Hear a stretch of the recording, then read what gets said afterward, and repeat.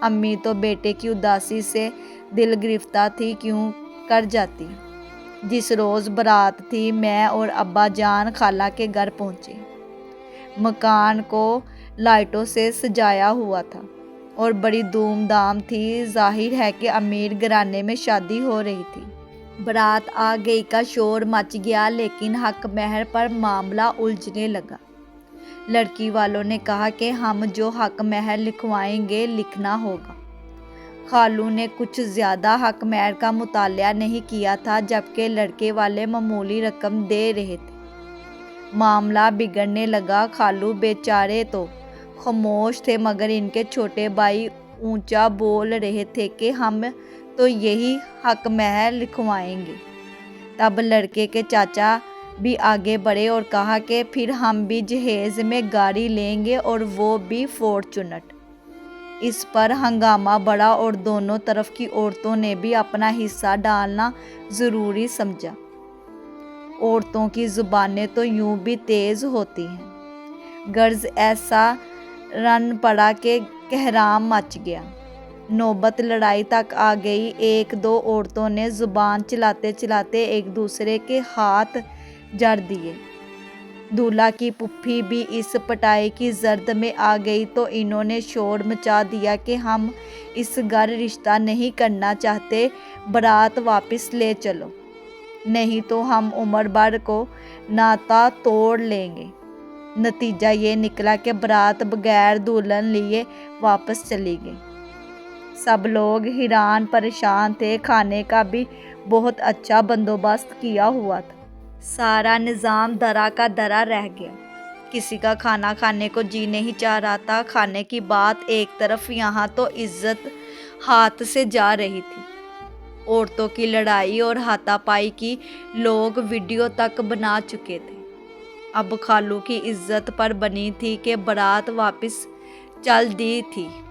اس وقت خالو کو ان کی بھابھی نے یاد دلایا کہ ہمارے پڑوس میں جو انیل کے لیے رشتہ مانگنے آئے تھے وہ بھی کھاتے پیتے لوگ ہیں، اور انیل کے والد آپ کے دوست بھی ہیں، تو کیوں نہ ان سے بات کرے، شاید وہی کوئی حل نکال دیں۔ خالو نے اسی وقت اپنے پڑوسی مکرم صاحب سے بات کی جو وہیں بیٹھے ہوئے تھے۔ وہ بولے، میں بیوی سے صلاح مشورہ کر کے آپ کو ابھی بتاتا ہوں۔ پریشان نہ ہو، پرانے پڑوسی ہونے کے ناطے ہمارا دکھ سکھ سانجھا ہے۔ انہوں نے بیوی سے بات کی۔ اس نے کہا، ضرور ریاض بھائی کی مدد کرو، کیونکہ انیل بھی عالیہ سے ہی شادی کرنا چاہتا ہے۔ ہم ان پر احسان کرتے ہیں اور اپنے بیٹے کی خوشی بھی پوری کر لیتے ہیں۔ اس پر اللہ راضی ہوگا۔ خالو کی جان میں جان آ گئی۔ انیل نے خوشخبری سنی تو باغ باغ ہو گیا اور جھٹ پٹ تیار ہونے چلا گیا۔ اب دولہا انیل تھا، جبکہ قاضی اور مہمان وہی تھے۔ کچھ دیر بعد دولہا آ گیا، نکاح ہو گیا، مہمان کھانا کھاتے رہے، رخصتی کی رسومات نہیں ہوئی، دلہن سسرال پہنچا دی گئی۔ ہم بس ہکا بکا بس تماشا ہی دیکھتے رہ گئے۔ یہ وہی منحوس دن تھا جب میرے بھائی کے خواب چکنا چور ہوئے۔ کاش آج وہ موجود ہوتا، ایسا دن کسی پر نہ آئے۔ مگر آج انیل کی مراد پوری ہو گئی تھی۔ اس نے دلہن کا گھونگھٹ اٹھایا، پہلے تانے سے سواگت کیا، آخر دلہن خود اپنے پیروں پر چل کر ہمارے پاس آ گئی ہے۔ وہ جس نے ہمارا تحفہ ہمارے منہ پر مارا تھا، آج ہم اس کو منہ دکھائی میں کیا دیں؟ اور وہ جو تم ایک باڈی گارڈ اپنے ساتھ رکھتی تھی، تو کیا کہاں ہے اب وہ؟ آج تو وہ تمہارے ساتھ نہیں۔ اور وہ دوسرا جو دولہا بن کر آیا تھا، وہ بھی تو برات لے کر واپس چلا گیا۔ آخر کام ہم ہی آئے۔ اس برے وقت میں تمہارا باپ خود تم کو سجا سنور کر ہماری جھولی میں ڈال گیا ہے۔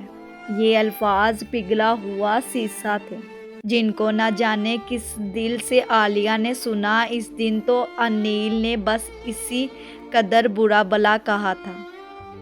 شاید سماج اور معاشرے کے ڈر سے، لیکن اس کے بعد جوں دن گزرتے گئے وہ پرانی ہوتی گئی۔ ستا کر عالیہ کو سچ مچ زندہ درگور ہی کر دیا۔ اس کی شادی کے بعد ہم دوبارہ خالہ کے گھر نہ گئے، لیکن عالیہ کے ناخوش رہنے سے اس کے والدین بہت دکھی رہنے لگے تھے۔ یہ دکھ تو کوئی ان سے پوچھے جن کی بیٹیاں بلا کسی قصور کے اس طرح اجاڑ دی جاتی ہے۔ شادی کیا تھی، کھانا بربادی تھی، لیکن عالیہ بھی کیا کرتی، حالات ہی ایسے ہو گئے تھے۔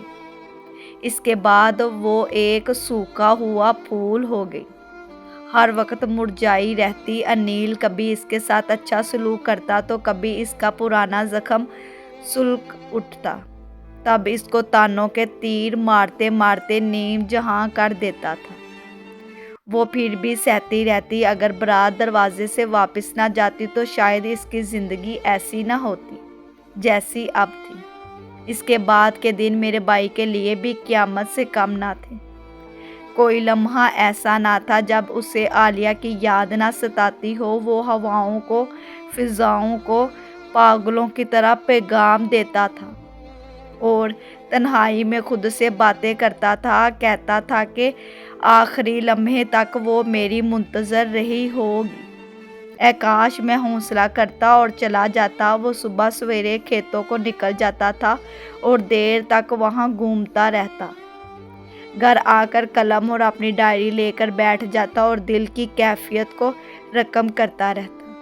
یہی تھی ایک دکھ بڑی داستان۔ اگر آپ کو میری یہ کہانی پسند آئے تو اسے لائک اور شیئر ضرور کیجیے گا۔